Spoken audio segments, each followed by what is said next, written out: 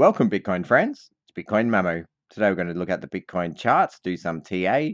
We're going to be comparing the cycles for Bitcoin.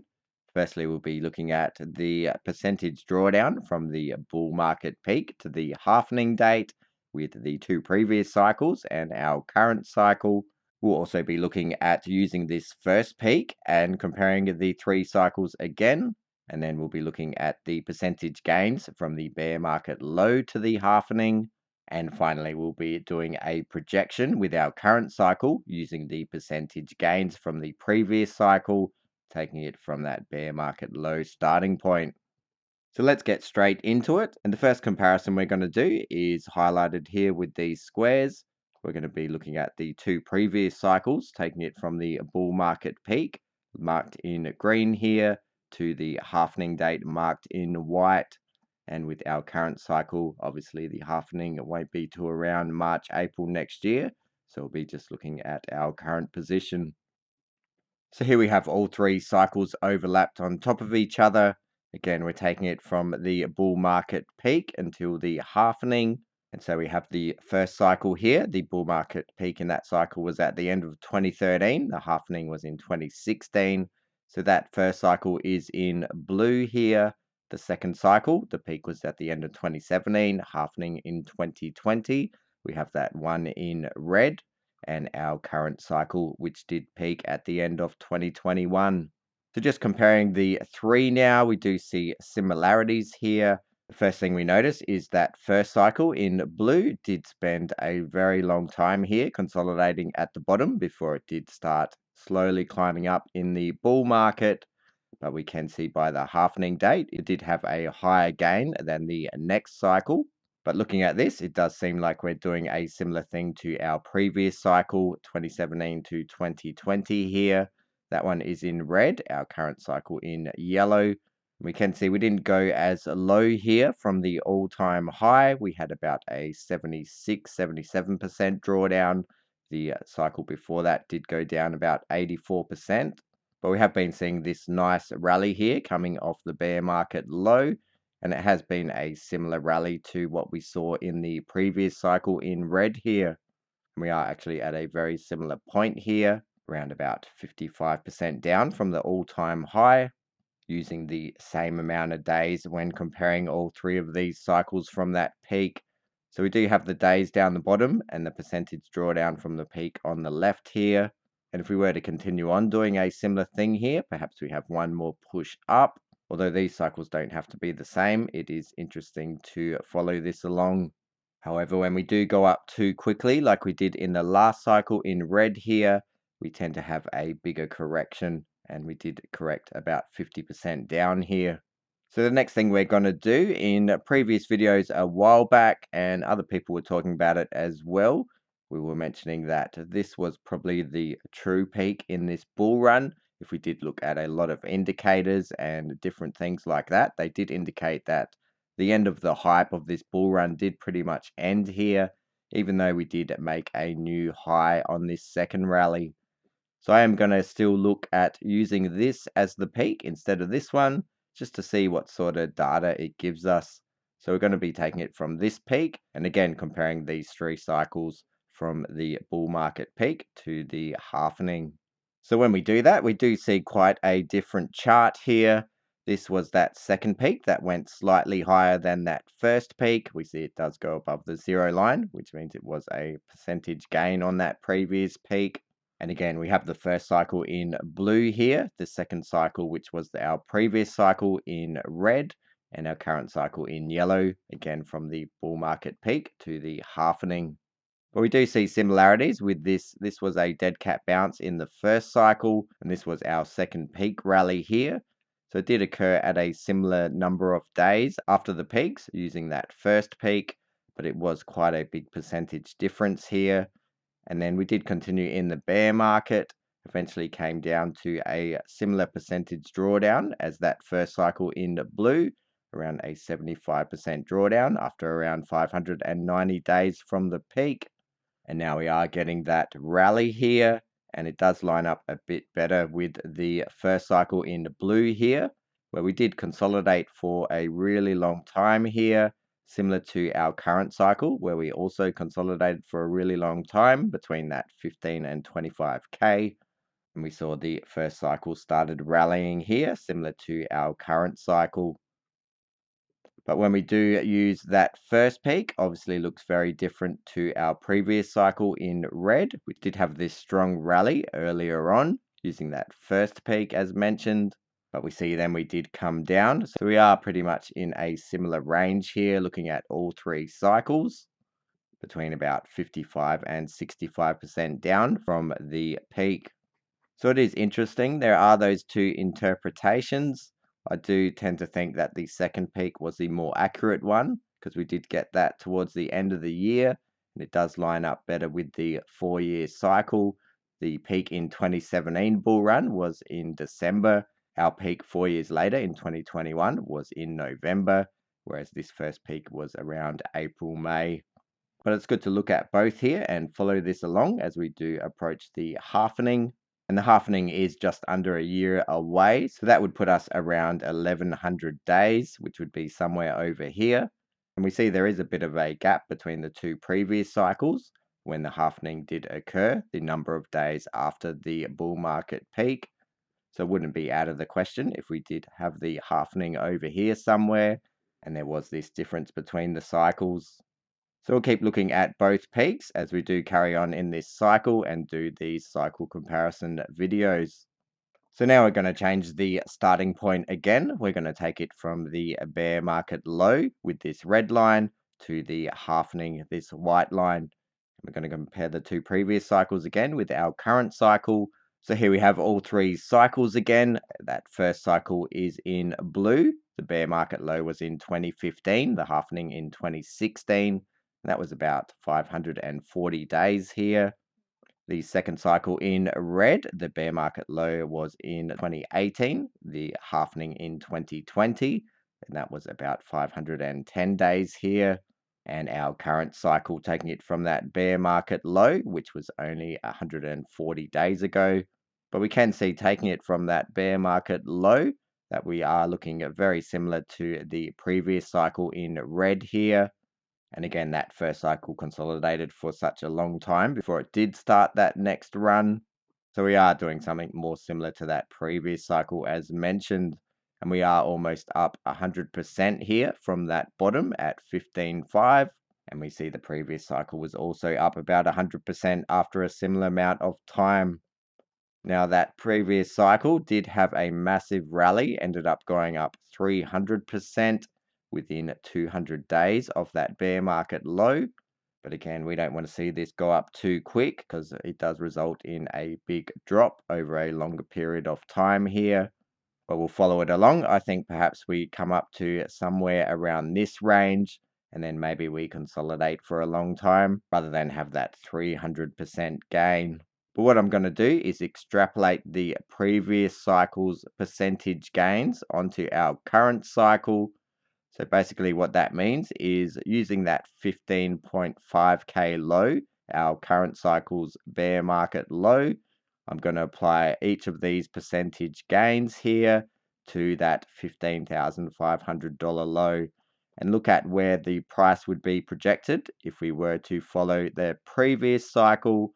Again, using our current cycle's bear market low at 15,500.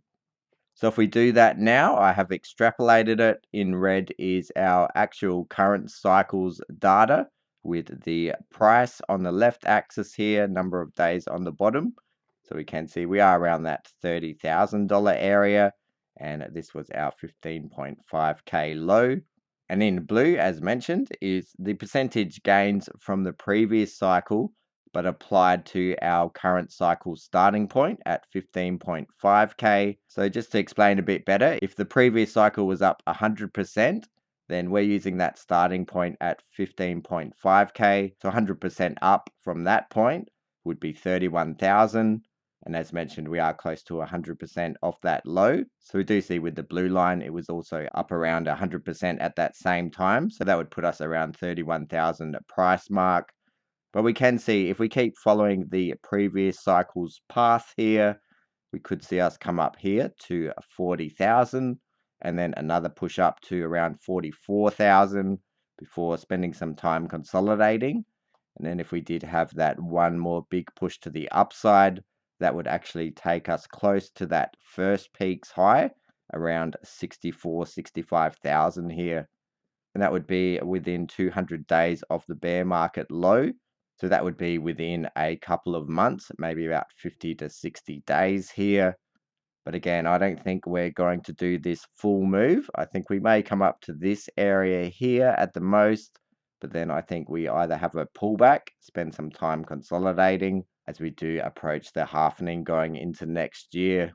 But anything can happen. It would be pretty crazy if we did come all the way back to 65K. I think that would surprise people, and also a drop from 65K down to about 32K again would also surprise people. But we'll have to see how that plays out. Again, we are quite similar on this initial run from the bear market low. But again, I do think we're not going to make this full 300% gain here, and we'll just have to see how that plays out. So basically what we were doing there was using these gains here from the previous cycle, from that bear market low to the halvening. If we just copied that and pasted it from our current bear market low, it would give us that same data, but would be able to see it here on this chart. And again, that would put us here around 64K.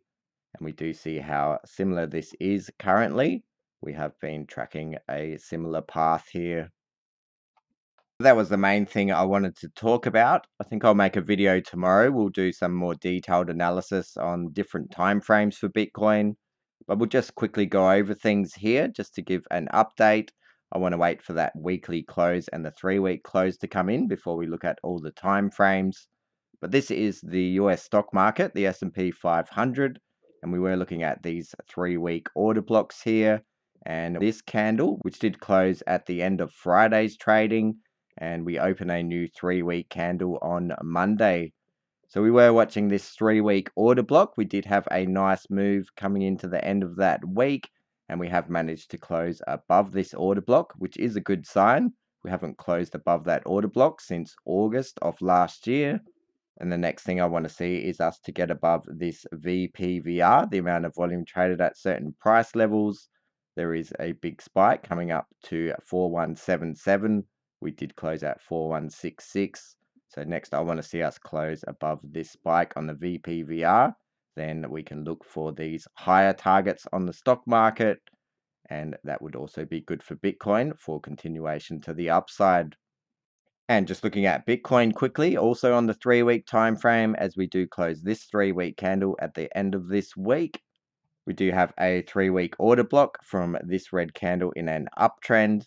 And I think this would be a good target before we see at least a small pullback. And that order block isn't until we get to about 32.4K to 33K. And I also have a trend line just drawn in here, which does look a little bit off. It is actually connecting after the initial drop from the bull market peak. We had this bounce. It's connecting this high with our second bounce after this drop. And although it doesn't seem relevant, if we do go back 2 cycles before, this was the 2014-15 bear market, and we do a similar thing. We had the bull market peak, a big drop, and then we did have this bounce. We had another drop and a bounce. So we're just connecting these 2 highs again. But what we see is it did actually capture quite well where we got this resistance. It is better on the weekly chart as the resolution is better on the smaller time frame. So we will look at that. But we do see connecting these highs. This is pretty much where we got resistance and we spent time consolidating. Once we broke it, we did have that push to the upside. So that's just something I'm going to keep an eye on. It is also close to that 3-week order block. We do open that new candle in a few hours as mentioned. We see that order block lines up with that trend line, which is at about 33.1 to 33.4K. So perhaps we get some resistance in this area, do a similar thing and spend some time consolidating here. And if we do break above that trend line, maybe we do push a bit higher.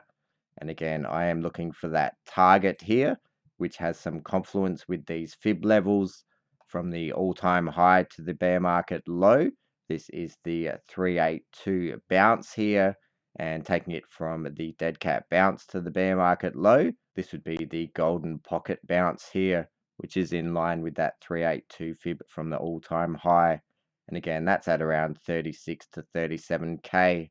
So there are a few different possibilities here, but I do think we come up at least to this order block and this trend line at around 33k before we see a correction, whether it's small or large, and some consolidation. And just switching to the weekly time frame now, just to show you that same trend line. This was 2 cycles ago. So this was the 2014-15 bear market. And when we do connect these two highs, we can see it was the low here and a bounce. And also this was a dead cat bounce. We do see how well it does get this resistance level. And we did spend about 4 or 5 months here consolidating under this trend line. We're also making higher lows. And eventually we broke out of that triangle pattern. And when we did, we had that big move to the upside. So again, that's something I'm watching for with our current cycle. We have that trend line drawn in here, connecting those same highs. We see how close we are to it. And again, we did look at the fib retracement from this dead cat bounce to the bear market low, and it did give us this golden pocket area. And if we actually add in the 0.5 fib, we do see that it does line up with that trend line on next week's candle, which is in a few hours. So this could be another point of confluence where we might get that resistance. Perhaps we get pushed back down to the 382 fib using that same retracement. That would be at around 28k. Maybe we spend some time here consolidating. The other thing I've noticed here is we did actually have a head and shoulders pattern here at the bottom of the bear market. We can see the left shoulder here, the head, and the right shoulder, which is slightly higher than the left shoulder. And we saw once we did break out of that, we did get that continuation move to the upside. And this would actually have a measured move, taking it from the head to the neckline and putting it at that neckline level. It would actually have a measured move up to 35k, which is where those confluence of fib levels are. Again, that golden pocket from this dead cat bounce to the bear market low, and the 382 fib from the all-time high to the bear market low. So I do think we do reach this measured move, and that's why I think even though we get resistance on this trend line, I don't think we have a major pullback, like a 40 or 50% pullback. Perhaps we only pull back to the 382 fib, and we just spend some time consolidating.